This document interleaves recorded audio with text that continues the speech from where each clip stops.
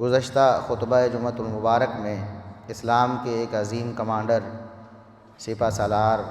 رسول اللہ صلی اللہ علیہ وسلم کے جانثار سپاہی اور آپ صلی اللہ علیہ وسلم کے خاص رشتہ دار کاتب وحی سیدنا معاویہ بن ابی سفیان رضی اللہ عنہما کا تذکرہ، ان کی زندگی کے کچھ پہلو آپ کے سامنے رکھے تھے۔ بلا شبہ وہ بڑی عظیم المرتبت ہستی اور ان کے والد گرامی سیدنا ابو سفیان رضی اللہ عنہ وہ بھی اسلام کے ایک عظیم کمانڈر ہیں۔ اسلام کے لیے ان کی قربانیاں ہیں، لیکن ہماری تاریخ کو مسخ کرنے کی کوشش کی گئی اور ان عظیم الشان ہستیوں کو اور ان کے کردار کو لوگوں کے سامنے بالکل مسخ کر کے پیش کیا گیا۔ سیدنا ابو سفیان رضی اللہ عنہ، جیسا کہ میں نے عرض کیا تھا کہ ان کے بیٹے سیدنا معاویہ رضی اللہ عنہ وہ بھی ایک عظیم المرتبت صحابی ہیں، تو یہ رسول اللہ صلی اللہ علیہ وسلم کے خاص رشتہ دار، 3 پشتوں بعد رسول اللہ صلی اللہ علیہ وسلم کے آباء و اجداد اور ان کے آباء و اجداد ایک ہو جاتے ہیں، یعنی خونی طور پر بھی رسول اللہ صلی اللہ علیہ وسلم کے رشتہ دار آپ کے خاندان میں سے ہیں، قبیلہ قریش میں سے ہیں، جن کی عظمت اور جن کے احترام کے بارے میں رسول اللہ صلی اللہ علیہ وسلم نے بتایا کہ پوری انسانیت میں سے سب سے معزز قبیلہ وہ قریش ہے۔ اسی معزز قبیلے کے فرزند سیدنا ابو سفیان رضی اللہ عنہ ہیں۔ نسب کو دیکھیں تو رسول اللہ صلی اللہ علیہ وسلم اور ان کا نسب ایک ہو جاتا ہے تیسری پشت کے بعد۔ رسول اللہ صلی اللہ علیہ وسلم کے والد عبداللہ ہیں، ان کے والد عبد المطلب ہیں، ان کے والد ہاشم ہیں اور ان کے والد عبد مناف ہیں، تو 3 واسطے رسول اللہ صلی اللہ علیہ وسلم کے اور عبد مناف کے درمیان ہیں، آپ کے پردادا عبد مناف، اور بالکل اسی طرح یہی 3 واسطے یعنی ٹوٹل 3 واسطے ہی سیدنا ابو سفیان رضی اللہ عنہ اور عبد مناف کے درمیان۔ اسی عبد مناف کی اولاد محمد الرسول اللہ صلی اللہ علیہ وسلم اور اسی عبد مناف کی اولاد سیدنا ابو سفیان رضی اللہ عنہ۔ ابو سفیان جن کا نام صخر ہے، صخر، ان کے والد کا نام حرب ہے، ان کے والد کا نام امیہ ہے، ان کے والد عبد شمس ہیں اور آگے عبد مناف ہیں، یعنی رسول اللہ صلی اللہ علیہ وسلم کے جو جد ہیں، دادا ہیں نسب میں عبد مناف، سیدنا ابو سفیان رضی اللہ عنہ کے بھی تیسری پشت کے بعد چوتھے دادا جو ہیں وہ عبد مناف ہیں۔ تو یہ جو خاندان ہے یہ قریش کا ایک بہت معزز اور مقتدر خاندان، اس خاندان میں سرداری رہی ہے، حکومت کے اہم شعبے ہمیشہ اس خاندان کے پاس رہے ہیں، اور یہی وجہ ہے کہ یہ بڑے بڑے کمانڈر تھے، بڑے بڑے سپہ سالار تھے اس خاندان میں۔ تو ابو سفیان رضی اللہ عنہ فتح مکہ سے کچھ دن پہلے، کچھ لمحے پہلے مسلمان ہو گئے تھے، ابھی مکہ فتح نہیں ہوا تھا، رسول اللہ صلی اللہ علیہ وسلم نکل چکے تھے مکہ کی طرف لشکر لے کر، تو اسی راستے میں ابو سفیان رضی اللہ عنہ کی ملاقات ہوئی۔ اس وقت مسلمان نہیں تھے، لیکن اس ملاقات میں اللہ رب العزت نے ان کو ایمان کی دولت سے مشرف کر دیا، یہ مسلمان ہو گئے۔ تو اللہ کے رسول صلی اللہ علیہ وسلم نے ان کو یہ اعزاز دیا، فرمایا میں مکہ میں داخل ہو رہا ہوں، تمام وہ لوگ جو خانہ کعبہ میں اپنے آپ کو پناہ دے لیں گے ان کو بھی امن مل جائے گا، ان کو کسی قسم کی کوئی تکلیف نہیں اٹھانا پڑے گی، ان کے خلاف کوئی تلوار نہیں اٹھائی جائے گی، خانہ کعبہ میں چلے جاؤ، اور اگر خانہ کعبہ میں نہیں تو ابو سفیان کے گھر میں چلے جاؤ، تب بھی تمہیں امان مل جائے گی۔ جو ابو سفیان کے گھر میں چلا گیا، اسلام لاتے ہی رسول اللہ صلی اللہ علیہ وسلم نے سرداری کا وہی تاج ان کے سر پہ رکھ دیا جو اسلام لانے سے پہلے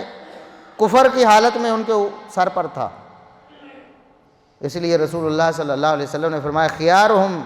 فی الجاہلیت خیارہم فی الاسلام اذا فاقہوا، کہ جو جاہلیت میں جتنا بڑا سردار ہوتا ہے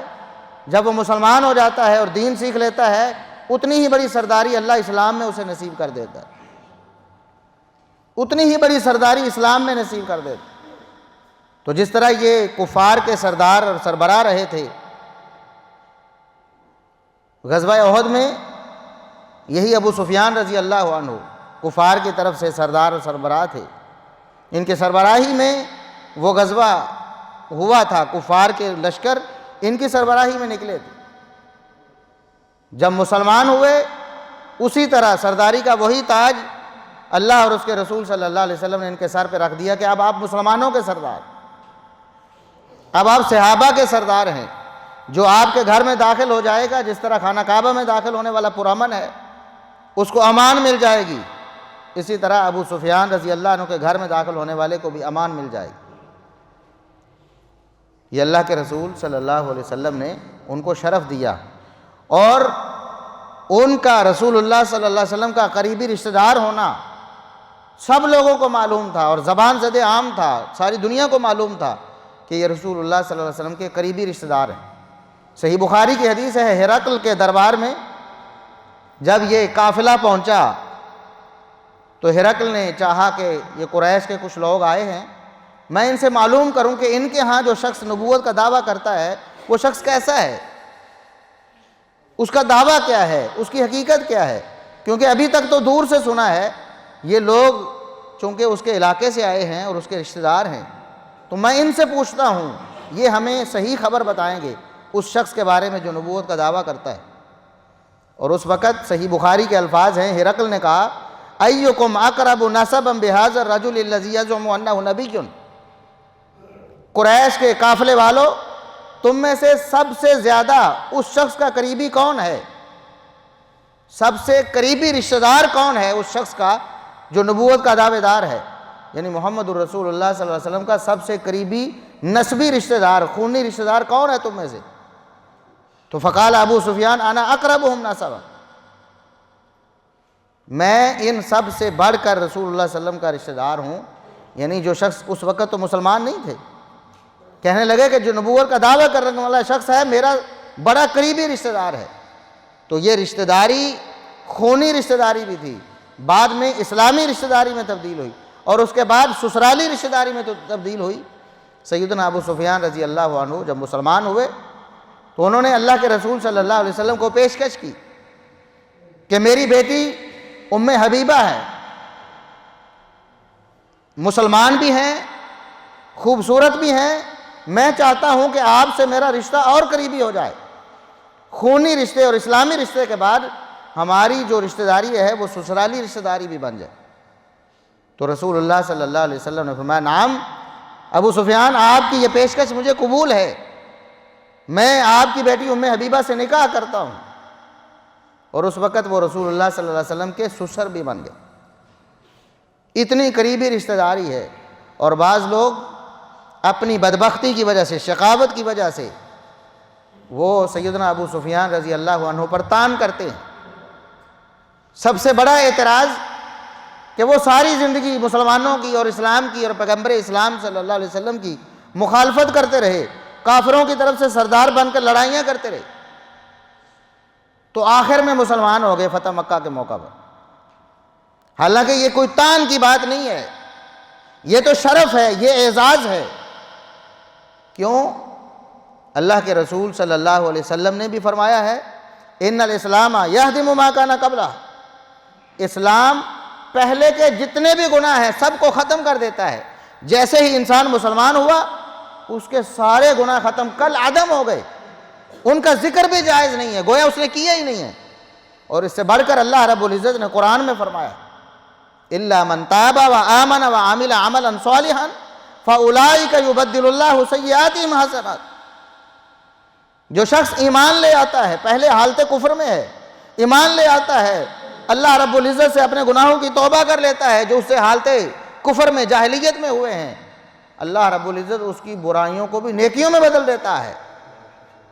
تو ابو سفیان رضی اللہ عنہ کے جتنے مار کے اسلام کے خلاف ہیں، اللہ نے ان کو ان کے کھاتے میں نیکیاں بنا کر ڈال دیا ہے۔ کتنے بدبخت ہیں، قرآن کے بھی منکر ہیں، قرآن کو بھی نہیں مانتے اور اعتراض کر رہے ہیں کہ ابو سفیان مسلمانوں کے خلاف لڑتے رہے ہیں۔ بھی اللہ فرما رہا ہے ان کا مسلمانوں کے خلاف لڑنا بھی ہم نے ان کے نصیبے میں نیکیاں بنا کر ڈال دیا۔ اس لیے ابو سفیان رضی اللہ عنہ بہت عظیم المرتبت صحابی ہیں۔